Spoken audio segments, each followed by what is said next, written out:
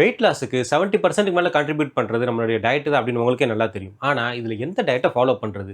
நெட்ல ஓப்பன் பண்ணி diet plan அப்படின்னு கேட்டா, keto diet, Mediterranean diet, microbiome diet, paleo diet, vegetarian diet, vegan diet, low carb diet அப்படி இப்படின்னு ஏகப்பட்ட டயட் பிளான்ஸ் வந்து விழுகுது.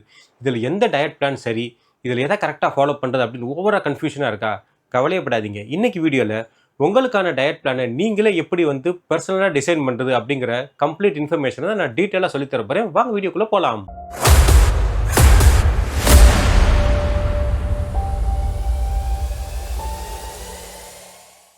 ஹாய், நல்லா இருக்கீங்களா? என்னுடைய பெயர் ஷேக் சையத். நான் 2 டைம்ஸ் அயர்ன்மேன் ஈவென்ட் கம்ப்ளீட் பண்ணியிருக்கேன். நான் ஒரு ultra cyclist. Kashmir to Kanyakumari சைக்கிளிங்ல நான் வேர்ல்ட் ரெக்கார்ட் ஹோல்டர். பல மேரத்தான் ஈவெண்ட்ஸ்ல பார்ட்டிசிபேட் பண்ணியிருக்கேன். இப்போ ரீசெண்டா வேர்ல்ட் ஃபேமஸ் NISM இன்ஸ்டிடியூட்ல certified fitness trainer and nutritional course வந்து நான் பண்ணிக்கிட்டு இருக்கேன். இதில் நான் கற்றுக்கிட்ட நாலேஜை வச்சு உங்களுக்கான டயட் பிளானை நீங்களே எப்படி டிசைன் பண்ணலாம் அப்படிங்கிறத இந்த வீடியோவில் நம்ம 7 ஸ்டெப்ஸில் பார்க்க போகிறோம். ஒவ்வொரு ஸ்டெப்புமே ரொம்ப முக்கியம். அதனால் வீடியோவை மிஸ் பண்ணாமல் கடைசி வரைக்கும் பாருங்கள். வீடியோக்குள்ளே போகிறதுக்கு முன்னாடி ஒரு சின்ன டிஸ்க்ளைமர். இந்த வீடியோவில் சொல்லக்கூடிய டிப்ஸ் எல்லாமே ஒரு நார்மலாக இருக்கிறவங்க, அது கொஞ்சம் ஓவர் வெயிட்டாக இருக்கிறவங்க அவங்களோட வெயிட்டை வந்து கம்மி பண்ணுறதுக்குண்டான டிப்ஸ் மட்டும்தான். நீங்கள் ரொம்ப அப்நார்மலான வெயிட்டில் இருக்கீங்க அல்லது உங்களுக்கு உடம்புல ஏதாவது ஒரு ப்ராப்ளம் இருக்குது அப்படின்னா நீங்கள் ஒரு ப்ரொஃபஷனலோட கைடன்ஸில் அவங்களோட சப்போர்ட்டுக்கு கீழே உங்களோட வெயிட் லாஸ் ஜேர்னியை பண்ணுறது என்றைக்குமே நல்லது. சரி, இப்போ நம்மளோட வெயிட் லாஸ் டயட்டை நம்ம டிசைன் பண்ணுறதுக்கு முன்னாடி நம்ம பண்ண வேண்டிய ஃபஸ்ட்டு ஸ்டெப் என்ன அப்படின்னா, உங்களுடைய ஐடியல் வெயிட் எவ்வளோ இருக்கணும் அதை முதல்ல நம்ம வந்து தெரிஞ்சுக்கிடுவோம். ஸோ இந்த ஐடியல் வெயிட்டை கண்டுபிடிக்கிறதுக்கு ஏகப்பட்ட ஃபார்முலாஸ் இருக்குது, ஏகப்பட்ட கால்குலேஷன்ஸ் இருக்குது. அல்லது BMI சார்ட்டை வந்து நீங்கள் நெட்டில் டவுன்லோட் பண்ணி அது மூலியமாக உங்களுடைய வெயிட்டை கண்டுபிடிச்சிக்கலாம். நான் வந்து ஒரு சிம்பிளான ட்ரிக் வந்து உங்களுக்கு சொல்கிறேன். அதாவது உங்களுடைய ஹைட்டை வந்து நீங்கள் அப்படியே இன்ச்சஸில் கன்வெர்ட் பண்ணிக்கோங்க. உதாரணத்துக்கு நீங்கள் 6 அடி இருக்கீங்க அப்படின்னா ஒரு அடியில் வந்து 12 இன்ச். ஸோ 6 அடி அப்படின்னா நீங்கள் 72 இன்ச். ஸோ 6 அடி இருக்கிற ஒருத்தவங்க வந்து 72 இன்ச் ஹைட் அப்படின்னா அவங்க 72 கிலோ இருக்கணும். இது வந்து ஒரு சிம்பிளான கால்குலேஷன். இன்னும் அக்யூரேட்டாக வேணும் அப்படின்னா நீங்கள் BMI சார்ட்டை செக் பண்ணிவிட்டு உங்களுடைய வெயிட் ஜோன் என்ன அப்படிங்கிறத நீங்கள் வந்து கண்டுபிடிச்சிக்கலாம். ஸோ இன்றைக்கி நம்ம வீடியோவில் நம்ம நிறைய கால்குலேஷன்ஸ்லாம் பண்ண போகிறோம். அதனால அதில் ஒரு ஆளை வந்து நம்ம எக்ஸாம்பிளாக எடுத்துக்கிறோம். அந்த பர்டிகுலர் பர்சனுக்கு எப்படி நம்ம வந்து டயட் சார்ட் ப்ரிப்பேர் பண்ணலாம் அப்படிங்கிறது டீட்டெயிலாக பார்த்துடலாம். அந்த ஆளோட இடத்துல நீங்கள் உங்களை வச்சு உங்களுடைய ஹைட்டுக்கு உங்களுடைய வெயிட்டுக்கு ஏற்ற மாதிரி அந்த வேல்யூஸ் மட்டும் நீங்கள் மாற்றிக்கங்க. ஸோ இப்போ நம்ம பார்க்கக்கூடிய அந்த பர்சன் வந்து இப்போ ஒருத்தர் 80 kgs இருக்காருன்னு வச்சுக்கோங்களேன். அவரோட ஹைட் வந்து 6 ஃபீட். ஸோ 6 ஃபீட் வந்து நம்ம இன்ச்சஸில் பார்க்கும்போது 72. ஸோ அவரோட ஐடியல் வெயிட் வந்து 72 இருக்கணும். ஸோ அவர் வந்து இப்போ 8 கிலோ வந்து வெயிட் கம்மி பண்ணணும். ஸோ அவருடைய கரண்ட் வெயிட் நமக்கு தெரியும். ஸோ டார்கெட் வெயிட் என்ன அப்படிங்கிறதே இப்போ நம்ம டிசைட் பண்ணிட்டோம். ஸோ இப்போ நம்ம வந்து 8 கிலோ வந்து வெயிட் கம்மி பண்ணணும். ஸோ இந்த 8 கிலோ வந்து எத்தனை நாளில் கம்மி பண்ணணும்? ஒரு வாரத்துலையா, ஒரு மாதத்தில்? இந்த மாதிரி அக்ரெசிவாக நம்ம கம்மி பண்ண ஆரம்பித்தோம் அப்படின்னா நீங்கள் 8 கிலோ குறைஞ்சது அடுத்த ஒரு கொஞ்ச நாள்லேயே பார்த்தீங்கன்னா ஒரு 15 கிலோ வந்து உங்களுக்கு ரிட்டர்ன் வர ஆரம்பிச்சிடும். ஆனால் நம்ம இங்கே டார்கெட் பண்ணுறது வந்து சஸ்டைன்டு வெயிட் லாஸ். ஸோ ஒரு வாரத்துக்கு ஒரு 1/2 கிலோ வெயிட் குறையுது அப்படின்னா அதுதான் வந்து கொஞ்சம் யதார்த்தமாக ஒரு ப்ராக்டிக்கலான ஒரு அப்ரோச். ஸோ மாதத்துக்கு ஒரு 2 கிலோ. ஸோ இந்த 8 கிலோ வெயிட் வந்து நம்ம ஒரு 4 மாதத்துலேருந்து ஒரு 6 மாதத்துக்குள்ளே அச்சீவ் பண்ணலாம் அப்படிங்கிற மாதிரி டார்கெட் வச்சாதான் நம்மளால் இந்த வெயிட் லாஸை வந்து சஸ்டைனபிளாக பண்ண முடியும். ஸோ நம்மளுடைய டார்கெட் இப்போதைக்கு 8 கிலோ வெயிட் கம்மி பண்ணணும். அதை வந்து நம்ம 4 மாதத்தில் கம்மி பண்ணலாம் அப்படிங்கிறத ஒரு டார்கெட்டாக எடுத்துக்கலாம். அடுத்து இப்போ நம்ம 2வது ஸ்டெப்புக்கு போக போகிறோம். அது என்னன்னு கேட்டிங்கன்னா, நம்ம உடம்புக்கு எவ்வளவு கலோரி நமக்கு தேவை, அதாவது ஒரு நாளைக்கு நம்ம எவ்வளோ கலோரி வந்து நம்ம மினிமம் சாப்பிட்டு ஆகணும் நம்மளோட வெயிட்டை மெயின்டைன் பண்ணுறதுக்கு அப்படிங்கிறத தெரிஞ்சுக்கிட்டா தான் நம்ம எவ்வளோ கலோரி டெஃபிசிட் பண்ணணும், அந்த கலோரி டெஃபிசிட்டுக்கு உண்டான உணவுகளை வந்து எப்படி செய்யலாம் அப்படிங்கிற வந்து இன்ஃபர்மேஷனை நம்மளால் கால்குலேட் பண்ண முடியும். ஸோ இப்போ நம்மளோட வெயிட் வந்து 80 kgs அப்படிங்கிறது தெரிஞ்சிருச்சு. இந்த 80 kgs வந்து நீங்கள் ஒரு ஜென்ஸாக இருந்தீங்க அப்படின்னா அதை 24 மல்டிப்ளை பண்ணிக்கோங்க. அல்லது நீங்கள் ஒரு லேடிஸாக இருந்தீங்க அப்படின்னா 22 மல்டிப்ளை பண்ணிக்கோங்க. ஸோ 80 × 24 பார்த்தீங்கன்னா 1920 அப்படிங்கிற ஒரு வேல்யூ வரும். ஸோ இந்த வேல்யூ என்ன அப்படின்னா, ஒரு நாளைக்கு நீங்கள் எந்த ஒரு வேலையுமே செய்யலை, அதாவது சாப்பிட்றீங்க, தூங்குறீங்க, உட்காந்துருக்கீங்க, சாப்பிட்றீங்க, உட்காந்துருக்கீங்க. ஸோ அந்த மாதிரி நீங்கள் இருந்தீங்கன்னா உங்களுக்கு பேர் மினிமம் நீங்கள் இத்தனை கலோரிஸாவது சாப்பிட்டாகணும் உங்களுடைய வெயிட்டை வந்து நீங்கள் மெயின்டைன் பண்ணுறதா இருந்தால். சப்போஸ் நீங்கள் வந்து கொஞ்சம் ஒரு ஆக்டிவான ஆள், அதாவது வாரத்துக்கு ஒரு 3 நாள் வந்து நீங்கள் எக்ஸசைஸ் பண்ணுறீங்க, ஏதோ ஒரு வாக்கிங் போகிறீங்க, ஜாகிங் போகிறீங்க, அல்லது ஜிம்முக்கு போகிறீங்க, அந்த மாதிரி அப்படின்னா நீங்கள் வந்து இந்த வேல்யூ ஒரு 1.4 மல்டிப்ளை பண்ணிக்கோங்க. இதே கொஞ்சம் ஒரு நாளைக்கு ரெகுலராக நான் வாக்கிங் மட்டும் பண்ணுவேன், ஒரு ஆவரேஜாக ஒரு 30 மினிட்ஸ் அந்த மாதிரி நான் வந்து சும்மா என் பாடி வந்து கொஞ்சம் மூவ்மெண்ட்டில் வச்சுக்கிறேன் அப்படின்னா அந்த வேல்யூ நீங்கள் 1.2 மல்டிப்ளை பண்ணிக்கணும். இல்லை நீங்கள் வாரத்துக்கு ஒரு 5 நாளைக்கு மேலே ஒர்க் அவுட் பண்ணுறீங்க அப்படின்னா அந்த வேல்யூ வந்து 1.6 மல்டிப்ளை பண்ணிக்கணும். அல்லது நீங்கள் வந்து ஒரு அத்லெட், நீங்கள் வந்து ரொம்ப ஃபிட்னஸில் வந்து ரொம்ப ஆர்வமாக இருக்கீங்க அப்படின்னா இந்த வேல்யூ வந்து நீங்கள் 1.8 மல்டிப்ளை பண்ணிக்கணும்.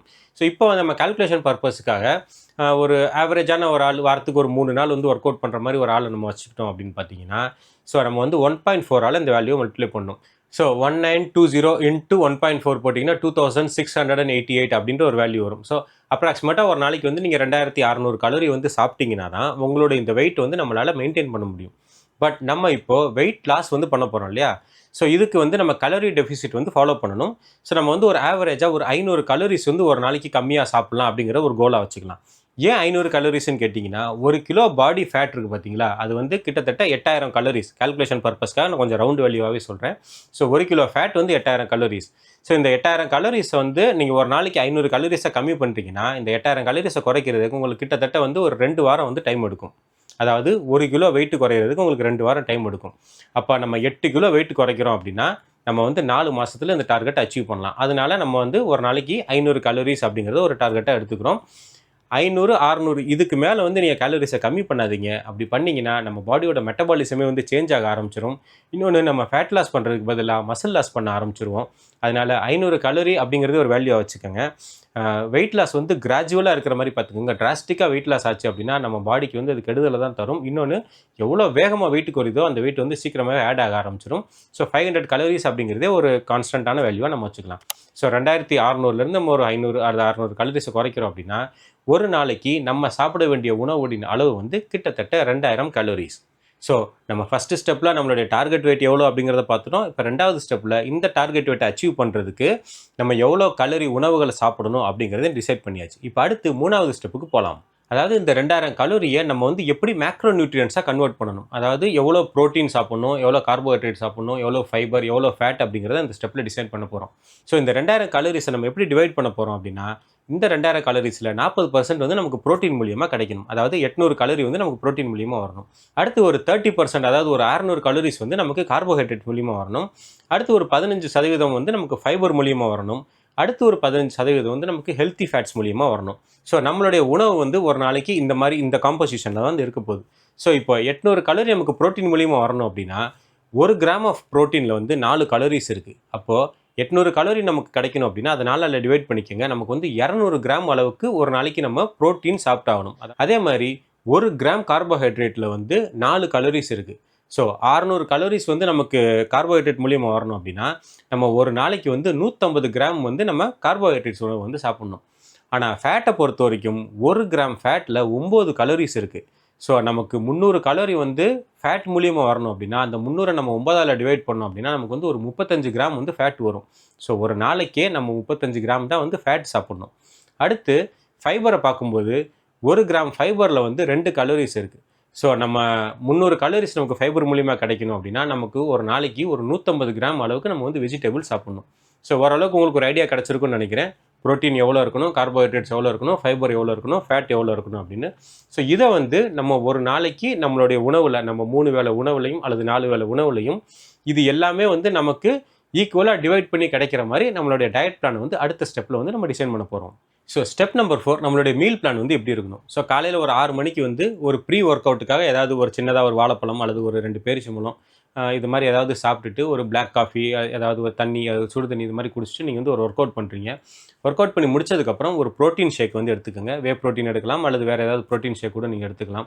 ஸோ அது மூலியமாகவே உங்களுக்கு வந்து ஒரு 25 கிராம் வந்து ப்ரோட்டீன் கிடச்சிரும். அடுத்து நம்ம ஒரு 9 அல்லது 10 மணிக்குள்ள வந்து பிரேக்ஃபாஸ்ட் சாப்பிட்றோம் பார்த்தீங்களா. பிரேக்ஃபாஸ்ட்டில் வந்து ஒரு 4லேருந்து ஒரு 6 முட்டை இருக்கிற மாதிரி பார்த்துக்கோங்க. ஸோ ஒரு முட்டையோட வெள்ளைக்கருவில் வந்து ஒரு 3லேருந்து 4 கிராம் ப்ரோட்டீன் கிடைக்கும். ஸோ ஒரு 6 முட்டை எடுத்துக்கிட்டிங்க அப்படின்னா அதில் ஒரு 25 கிராம் ப்ரோட்டீன் வந்து நமக்கு கிடைக்கும். 2 முட்டையை வந்து மஞ்சக்கருவோடு எடுத்துக்கலாம். மீதி ஒரு 4 முட்டையை வந்து நம்ம வெறும் எக் ஒயிட் மட்டும் எடுத்துக்கலாம். ஏன்னா அப்புறம் ஃபேட் கண்டென்ட் வந்து ஜாஸ்தி வரும். இது கூடவே சேர்ந்து நமக்கு இட்லி, தோசை ஏதாவது சாப்பிட்றோன்னா ஒரு 2 இட்லி அல்லது ஒரு தோசை இந்த மாதிரி ஏதாவது சாப்பிட்டுக்கலாம். அடுத்து நம்ம லஞ்ச் வந்து ஒரு 12, 1 மணிக்கு சாப்பிட்றோன்னு வச்சுக்கோங்களேன். இந்த லஞ்ச்லேயே வந்து ஃபைபர் நிறையா இருக்கக்கூடிய, அதாவது நம்ம ஒரு நாளைக்கு 150 கிராம் வந்து காய்கறிகள் சாப்பிட்ணுன்னு சொன்னோம். ஸோ காய்கறிகள் நிறையா இருக்கிற மாதிரி உங்களோட உணவில் சாப்பாட்டில் இருக்கிற மாதிரி பார்த்துக்கோங்க. அதே மாதிரி மதியம் லஞ்சில் உங்களுக்கு பிடிச்ச ப்ரோட்டீன் சோர்ஸ் ஏதாவது சிக்கன், மீன், முட்டை அல்லது வந்து பயிர் வகைகள் இந்த மாதிரி உங்களுக்கு எந்தெந்த ப்ரோட்டீன் சோர்ஸ் பிடிக்குமோ, பன்னீர், இது வந்து உங்கள் சாப்பாட்டில் ஒரு 25லேருந்து ஒரு 30 கிராம் வந்து இது மூலிமா ப்ரோட்டீன் கிடைக்கிற மாதிரி பார்த்துக்கோங்க. சோறு வந்து சும்மா ஒரு கை அளவுக்கு இருந்தாலே போதும். ஏன்னா நம்ம கார்போஹைட்ரேட்ஸ் வந்து கம்மியாக தான் சாப்பிட்ணும். ஃபைபர் வந்து முடிஞ்ச அளவுக்கு நிறையா சாப்பிடுங்க. ப்ரோட்டீன்ஸ் நிறையா சாப்பிடுங்க. சோறை வந்து கம்ப்ளீட்டாக ஸ்கிப்லாம் பண்ணிடாதீங்க. சோறோட அளவு மட்டும் குறைச்சி ஒரு கை அளவுக்கு சோறு இருக்க மாதிரி பார்த்துக்கோங்க. அடுத்து சாயந்தரம் ஒரு 4 மணி போல் நம்ம ஒரு கைப்பிடி அளவுக்கு, கை இந்த அளவுக்கு இல்லைங்க, சும்மா கைப்பிடி அளவுக்கு ஏதாவது ஒரு நட்ஸ், வேர்க்கடலையாக இருக்கலாம் அல்லது வந்து பாதாம், முந்திரி இந்த மாதிரி ஏதாவது ஒன்று சாப்பிடும்போது இதில் ப்ரோட்டீனும் கிடைக்கும்.